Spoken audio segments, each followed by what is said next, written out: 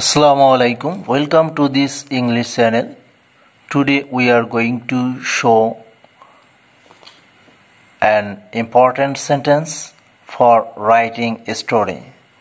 আজকে আমরা দেখাবো একটি বাক্য যে বাক্যটি স্টোরি লেখার জন্য ব্যবহার হয়ে থাকে।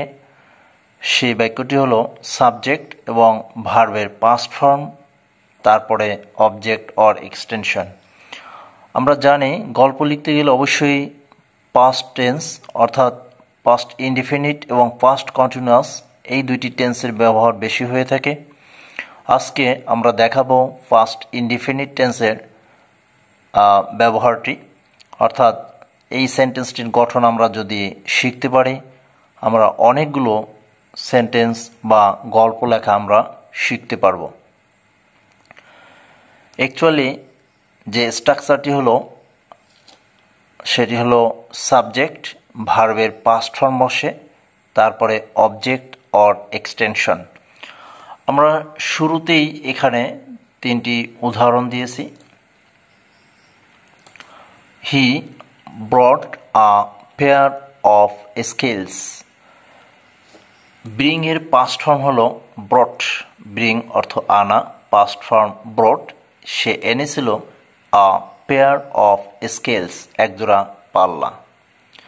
নেক্সট হি ডিভাইডেড, সে ভাগ করলো দ্য ব্রেড, রুটিটি, ইন্টু টু পিসেস, দুইটা ভাগে অর্থাৎ দুইটা টুকরায় রুটিটি ভাগ করে দিল। নেক্সট হি ট্রাইড, সে চেষ্টা করলো অ্যাগেন অ্যান্ড অ্যাগেন, বারবার, বাট হি ফেইল্ড, সে বারবার চেষ্টা করলো কিন্তু সে ব্যর্থ হলো। নেক্সট আমরা এখানে 10 থেকে 15টি সেন্টেন্স দেখিয়েছি। আমরা এভাবে সেন্টেন্স প্র্যাকটিস করতে পারি যদি আমরা ফ্রি হ্যান্ডরাইটিং লিখতে চাই। আমাদের অবশ্যই ভার্বের পাস্ট ফর্মগুলো, আমরা জানি ভার্বের তিনটি ফর্ম রয়েছে সাধারণত, present form, past form and past participle. ভার্বের প্রেজেন্ট ফর্ম সাধারণত প্যারাগ্রাফ লেখার জন্য ব্যবহার হয়ে থাকে বা ডিরেক্ট স্পিচ লেখার জন্য সেক্ষেত্রে ভার্বের প্রেজেন্ট ফর্ম প্রয়োজন হবে। কিন্তু যখন আমরা গল্প লিখব, গল্পের যে সেন্টেন্সগুলো বেশিরভাগই পাস্ট টেন্সে হয়ে থাকে, সেক্ষেত্রে ভার্বের পাস্ট ফর্ম ব্যবহার হয়ে থাকে। আমরা এখানে আজকে সেন্টেন্সগুলোর প্র্যাকটিস করব, বাংলা থেকে ইংলিশ করার জন্য চেষ্টা করব। আমরা শুরুতেই দেখি গ্রামবাসীরা। আরেকটি বিষয় হলো আমরা একটি যখন সেন্টেন্স ইংলিশ করব অর্থাৎ বাংলা থেকে যখন আমরা ইংরেজি করব সেক্ষেত্রে আমাদের শুরুতেই দেখতে হবে যে সাবজেক্ট অর্থাৎ কর্তা যে কাজটি করে, তারপরে আমাদের খুঁজতে হবে ভার্ব, তারপরে বাকি কি করে সেই বিষয়টি খুঁজে বের করতে হবে। গ্রামবাসীরা তার চিৎকার শুনল। এখানে কে শুনল? গ্রামবাসীরা। তাহলে আমরা এখানে লিখতে পারি দ্য ভিলেজার্স।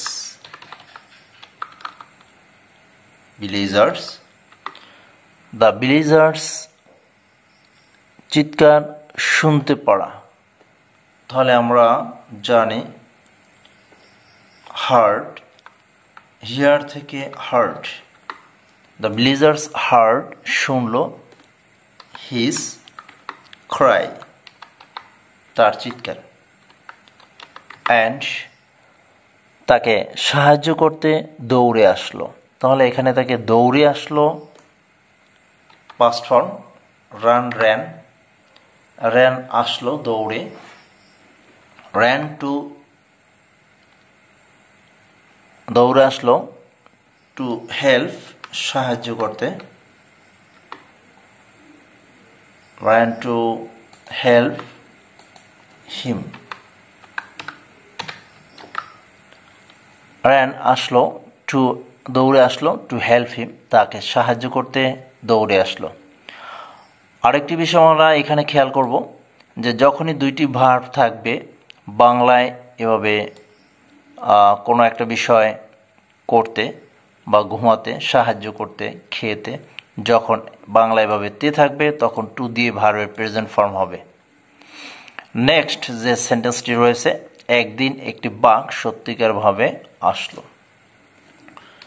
একদিন, one day a tiger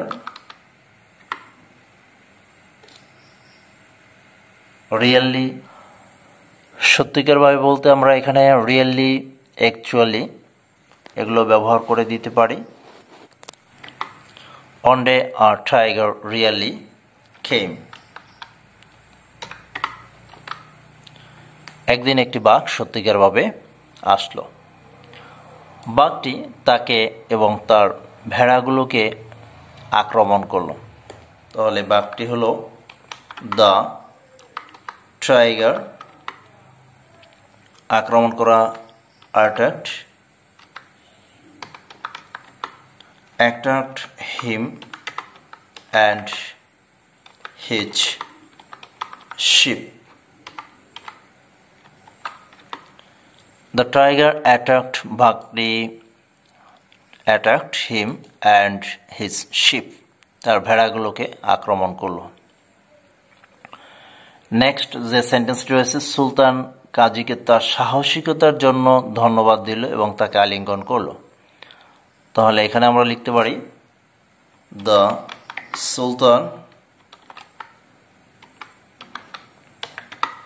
সুলতান কি কাজ করলো, এখানে ধন্যবাদ দিল,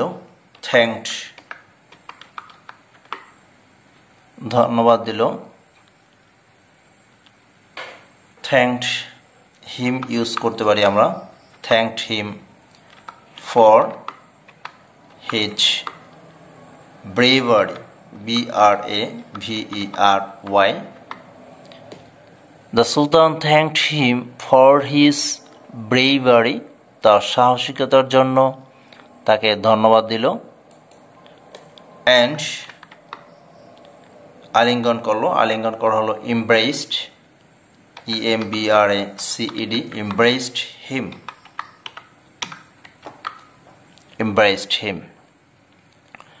নেক্সট 5 নাম্বার সেন্টেন্স, শিয়ালটি ইহা নিয়ে নিল এবং দৌড়ে পালালো। তাহলে দ্য ফক্স, নিয়ে নেওয়া আমরা এখানে টুক ব্যবহার করতে পারি, টুক ইট, অ্যান্ড দৌড়ে পালালো যেহেতু ran away, দূরে যাওয়া বা দৌড়ে পালানো। The fox took it and ran away. সে একটি গুহায় আশ্রয় নিল। তাহলে হি, আশ্রয় নেওয়া হলো took shelter, প্রেজেন্ট ফর্ম হলো take shelter. He took shelter, সে আশ্রয় নিল in a cave. cave অর্থ গুহা। নেক্সট যে সেন্টেন্সটা আমরা দেখব, সে একটি মাকড়সাকে দেখল। তাহলে হি saw a spider.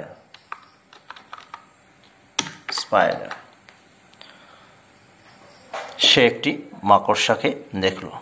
আমরা এভাবে সেন্টেন্সগুলো বেশি করে প্র্যাকটিস করতে পারি, তাহলে আমাদের ফার্স্ট ইনডিফিনিট অর্থাৎ সাবজেক্ট, ভার্ব, পাস্ট ফর্ম এবং অবজেক্ট, এই স্ট্রাকচারটি লেখা অর্থাৎ এই সেন্টেন্সের যে স্ট্রাকচার রয়েছে সেই স্ট্রাকচার অনুযায়ী আমরা সেন্টেন্সগুলো লেখা শিখিয়ে ফেলতে পারি খুব দ্রুত। এবং আমরা আমাদের স্টোরি লিখতে এই সেন্টেন্সটা অবশ্যই হেল্প করবে বেশি বেশি করে। এই মাকড়সাটি তাকে অনুপ্রাণিত করলো। তাহলে দিস স্পাইডার অনুপ্রাণিত করা, inspired him. This spider inspired him. এই মাকড়সাটি তাকে অনুপ্রাণিত করলো। আমরা বইয়ের থেকে যখন পড়ি তখন দেখি যে অনেক বড় সেন্টেন্স, আসলে আমরা সেই সেন্টেন্সগুলো বুঝতে পারি না, বিধায় আমরা অনেকেই আমাদের পড়াগুলো কমপ্লিট করতে পারি না। আরেকটি বিষয় হলো, ইংরেজি শিখতে হলে অবশ্যই বুঝে পড়তে হবে। বুঝে পড়লে খুব তাড়াতাড়ি নিজেরা সেই বিষয়টি বুঝতে পারা যায় এবং প্রয়োজনে নিজেরা লিখতে পারা যায়। বাট যখন মুখস্থ করবে হয়তো 2-1 দিন বা 7 দিন কিছু সময়ের জন্য মনে থাকবে, বাট পরবর্তীতে সে বিষয়টি ভুলে যাবে। এজন্য অবশ্যই ইংরেজি বিষয়টি ভালো করে বুঝতে হবে এবং পড়তে হবে, তাহলে অবশ্যই নিজেরা তৈরি করে যে কোনো বিষয় সম্পর্কে লেখা যেতে পারে। নেক্সট আমরা যে সেন্টেন্সটি দেখব, সে তার সৈন্যদের একত্রিত করলো। তাহলে এখানে সাবজেক্ট হি গ্যাদার্ড, একত্রিত করা, তাহলে হি গ্যাদার্ড হিজ আর্মি অ্যান্ড আক্রমণ করলো তার শত্রুদেরকে, তাহলে attacked his enemies, enemies. He gathered his army and attacked his enemies. Sheikh সাদী রাজার রাজ্যের জন্য স্থানটি ত্যাগ করেছিল। তাহলে শেখ সাদী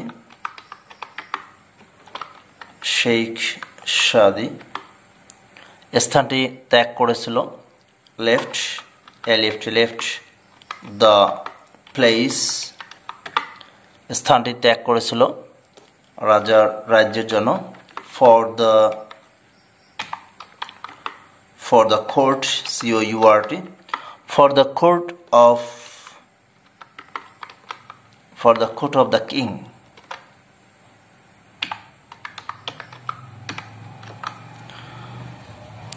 শেখ সাদী left the place for the court of the king, রাজার রাজ্যের জন্য স্থানটি ত্যাগ করেছিল। সে সেখানে কয়েকদিন ধরে থেকেছিল।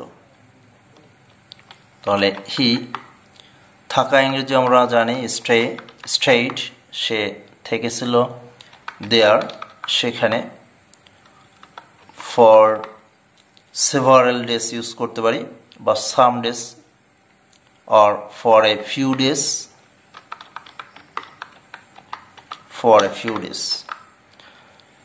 সে কয়েকদিন ধরে সেখানে থেকেছিল। he stayed there for a few days or for several days use করতে পারি আমরা। নেক্সট, কাকটি পাথরগুলো তুললো বা নিল and একটি একটি করে সেগুলো কলসের ভিতর ফেলে দিল।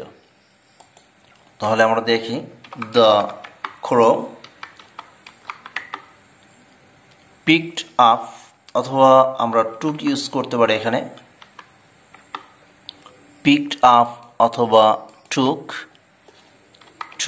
the stones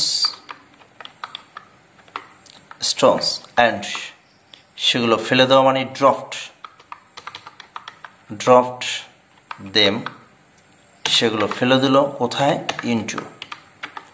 into the jar, one by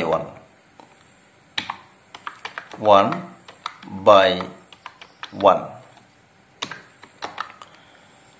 The crow took the stones and dropped them into the jar one by one, একটি করে কলসের ভিতরে ফেলে দিল।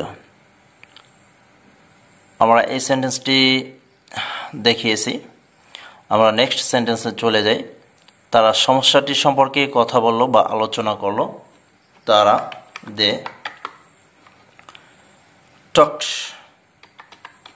they talked about the problem.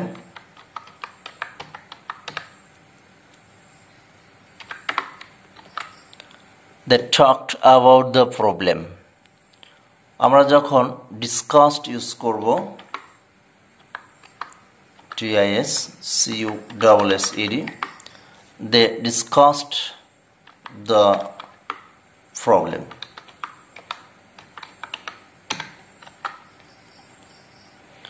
discussed আলোচনা করা, সেক্ষেত্রে আমরা about ইউজ করব না, discussed শব্দের পরে about বসে না। নেক্সট, ধনী লোকটি তার ভুল বুঝতে পারল।